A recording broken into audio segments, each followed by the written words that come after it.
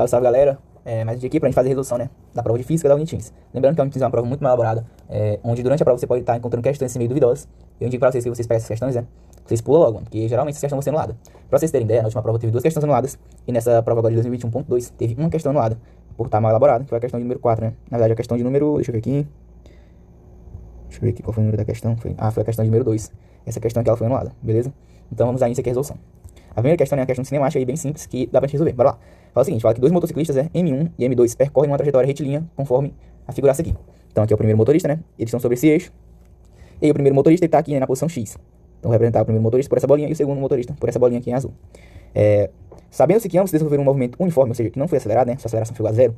Em t igual a zero, os dois motociclistas M1 e M2 encontraram-se no ponto X e no ponto Y, como já ilustrou, respectivamente, da trajetória. Sabendo que a velocidade VM1, né, a velocidade desse cara aqui foi 50 metros por segundo. A velocidade desse cara aqui foi, tipo, deixa eu ver aqui, foi 30 metros por segundo, né?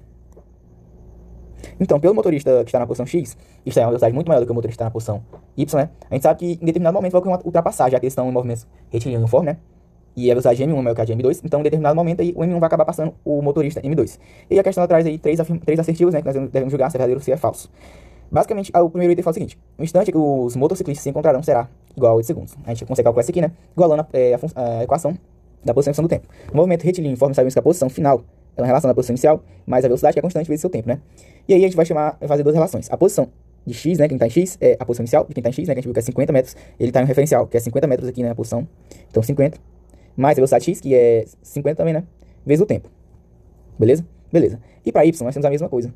A posição final de y, ela é a posição, né, que y se encontra, que é 150, mais a velocidade de y vezes o tempo, que eles vão se encontrar. 30 vezes esse tempo. Sabemos que quando eles se encontrar, né, suas posições vão estar igualadas. Então, SFX é igual a SFY. Aí ficaria 50 mais 50t. É 150 mais 30t.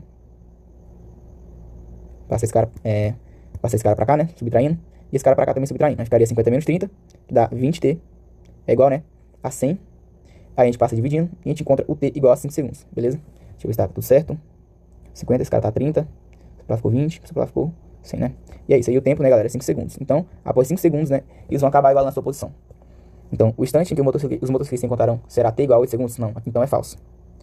A fala o seguinte: o instante em que a distância entre os dois motociclistas for 50 metros, será 2,5 segundos. Então vamos lá. Em 2,5 segundos, qual vai ser a posição desse cara? Então, se nós sabemos que essa velocidade é tipo 2,5 metros por segundo, né? Na verdade, se nós sabemos que a velocidade é 50 metros por segundo, em 2,5 segundos, qual será a sua posição? Então a gente multiplica, né, por 2,5. Multiplicar por 2,5 é dobrar isso uma metade. Então ficaria 100 mais 25. Então esse cara, né, em 2,5 segundos, ele vai estar na posição 125 metros. Enquanto esse cara vale a mesma coisa, né? Ficaria 30 vezes 2,5, que é tipo 60 mais 15, que é 75. 75 mais 50, né? A gente sabe que esse cara é 50 mais 25. Aí, soma aqui, fica 200, e esse cara vai estar na posição 225. Então, em 2,5 segundos, né, qual é a diferença entre essas duas posições? Se a gente pega 225 e subtrai 125, né, fica 0, fica 1. Então, eles vão estar 100 metros, né? O instante em que a distância entre os dois motociclistas for 50 metros será, né? Então, não, isso aqui tá falso, a gente viu que é 100 metros, né? Aí, o ponto desse aqui é falso.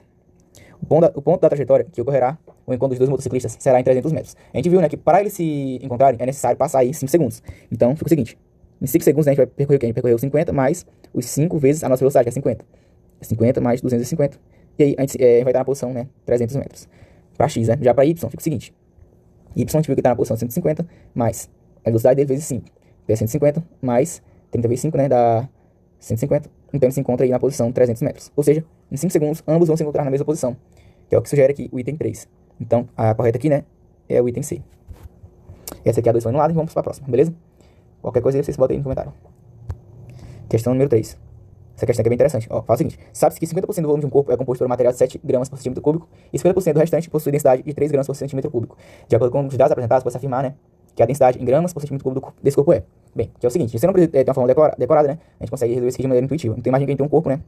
E aí, 50% desse corpo, né, metade do volume desse corpo, é composto por uma densidade de 0,7 gramas por centímetro cúbico.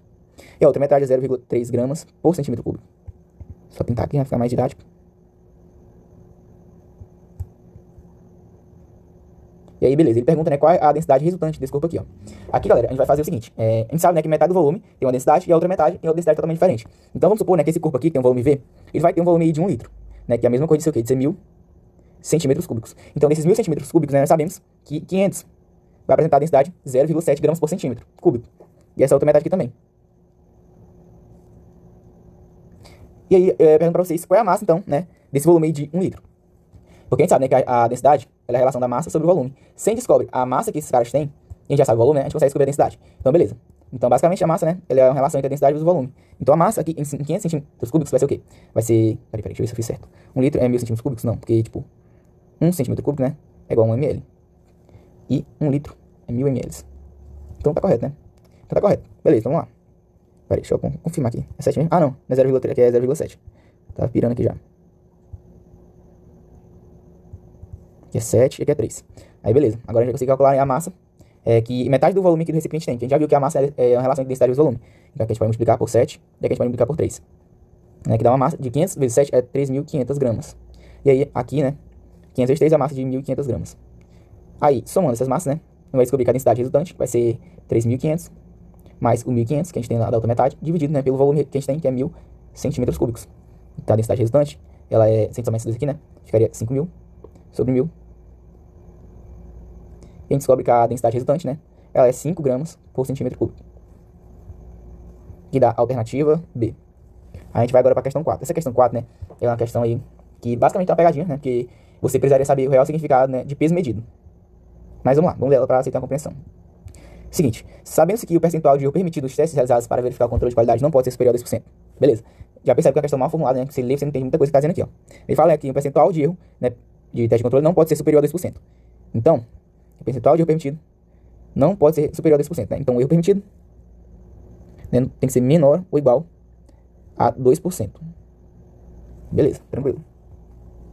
Né? Porque, tipo, se não pode ser superior, né? Então, ou você tem que ser igual ou você tem que ser menor. Aí ele fala o seguinte: para verificar o peso dos materiais com densidade muito pequena, devem ser levados em conta o impulso do ar. Então, ele está levando em conta o impulso do ar e o erro relativo, que pode ser determinado pela equação. Aí dá para ver, né, que esse erro relativo, galera, é tipo o peso real menos o peso medido. E o que vem a ser esse peso medido, né? Esse peso medido aqui é meio que um termo bem tradicional. Você tem que lembrar que peso medido é a mesma coisa que peso aparente. E peso aparente, né, é uma relação entre o peso real e o peso e o empuxo. Imagina então, por exemplo, que você está aqui em Riacho. Vou tentar explicar esse peso aparente. E você tá lá, você e sua namorada, no banho no riacho, de boazinha.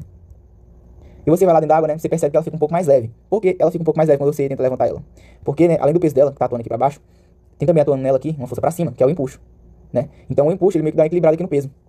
Beleza? De forma que a pessoa fique mais leve. E a gente chama isso aí de peso aparente. Então, esse peso medido, né? Peso medido ou peso aparente, ele é a relação do peso real menos o empuxo. Aí agora vai ter que modelar a equação, né? Então, o erro relativo, ele é o peso real menos o peso medido, que a gente acabou de ver que o peso medido, né, é tipo o peso real. Peraí, vou ver aqui. É o peso real menos o empuxo dividido pelo peso real. Então, esse erro relativo, né, galera, ficaria peso real menos peso real, né? A gente pode cancelar esses dois aqui.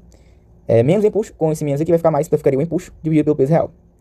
E a gente viu que esse peso relativo, né, ele tem que ser menor ou igual a 2. E ele pergunta o quê? A densidade mínima, né? Então, como tem que ser a densidade mínima, nós temos que usar, né, o erro máximo. O erro máximo seria ser igual a 2. Então, esse erro máximo, né, ele é igual a 2 sobre 100. Tem que ser o empuxo, né, dividido pelo peso real. Mas quem é o empuxo? A gente sabe que o empuxo é uma relação de quem? O empuxo é uma relação... Deixa eu colocar esse aqui lá pro canto, né, pra ficar melhor a gente visualizar. O impulso, né, ele é dado pela gravidade, vezes a densidade, né, vezes o volume submerso, dividido, né, pelo peso, que é massa vezes a gravidade. Isso aqui, né, é igual ao erro relativo, que a gente viu que tem que ser 2 sobre 100. A gente pode cancelar a gravidade com gravidade. E essa densidade aqui é de quem? Essa densidade é a densidade do ar, porque aqui, né, nós estamos falando do ar, o impulso do ar. E o ar, ele é um fluido, né, então fica a densidade do ar e aí o volume submerso, né, do ar. Beleza, tá tudo bem. Isso aí é igual, né, a 2 sobre 100. Beleza. Então ficou a densidade do ar vezes o volume submerso dividido, né, pela massa, igual a 2 sobre 100. Mas quem é a massa? Porque a questão que tá falando aqui, que a gente deve relacionar assim, com essa exigência, né, a densidade mínima de um material para a qual é possível desprezar o impulso do ar deve ser igual a... Ou seja, desprezar o impulso do ar, né, é quando a gente obedece essa condiçãozinha aqui. Então, a densidade do ar, né, que a gente acabou de ver, vezes o volume submerso do líquido, sobre a massa, é 2 sobre 100. Mas quem é o volume submerso? Nós temos que buscar essa relação. O volume submerso, né, ele estabelece uma relação com a densidade, assim como a própria massa, né.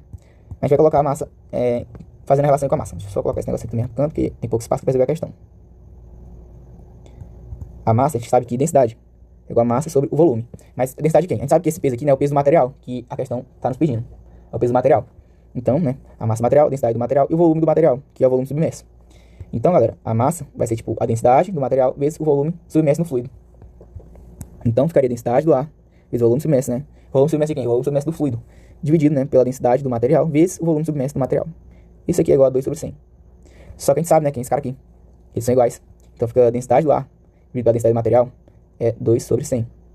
Aí a gente pode chegar na relação, né? Que é a densidade do ar sobre a densidade do material é igual a 1 sobre 50. Logo, galera, a densidade do A vezes 50, peraí, ficou um pouco pequeno aqui o espaço.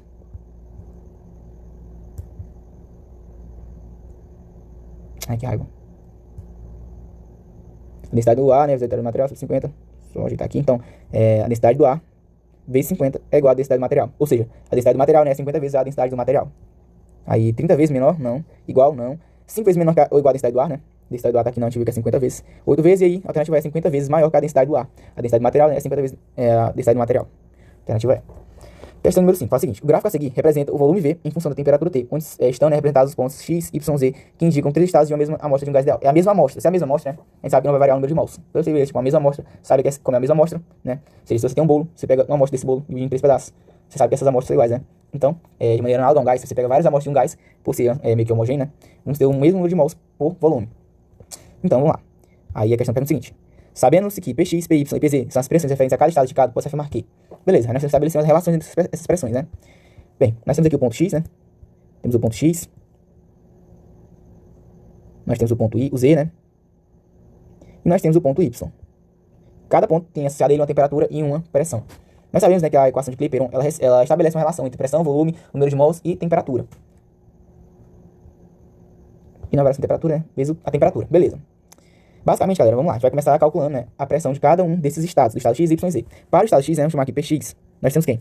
Nós temos, né, que a Px é o número de mols inicial, vezes a constante R, né, que não muda, vezes a temperatura que ele se encontra, que é 2T0, sobre o volume que ele se encontra, né? Dá pra ver que é 2 vezes 0. Para PY, PZ, na verdade, né? Fica mais fácil de a gente visualizar. Nós temos aí o número de mols, que não muda, vezes R, vezes o volume a temperatura que ele se encontra, que é 3T0, sobre o volume que ele se encontra, né? 2 vezes 0. E por último, PY. Nós temos o número de mols, vezes a constante, vezes 3 vezes 0, né? 3 vezes 0. 3 vezes 0, dividido pelo... Opa, T0. Tô pirando já aqui. Sobre 3 vezes 0. Então a gente pode estabelecer uma relação, né, entre esses caras aqui.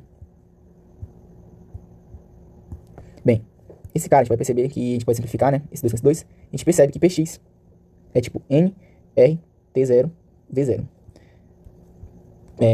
A PZ, né, que é a pressão do ponto Z. A gente pode simplificar esse cara com esse cara. A gente percebe, né, que PZ é 1,5 nRT0 sobre V0. E esse PY aqui, a gente pode simplificar. A gente percebe que é nRT0 sobre V0. Ou seja, a gente pode concluir, né, que Px é igual a PY e PZ é maior que esses dois. Ou seja, PZ é maior que Px, que é igual a PY, beleza? Foi essa relação que a gente acabou, né, encontrando, já que essas partes aqui são iguais. E a gente vai aqui nas alternativas, né? As unidades que estabelecem PY e Px iguais são essas duas. Pode ir nas outras. Px igual a PY, só que maior que PZ. Não, isso aqui é falso, né? Então, PZ é maior que PY, que é igual a Px. Ou seja, alternativa B de bola. Beleza? Foi essa a resolução. Qualquer dúvida, deixe nos comentários. Valeu.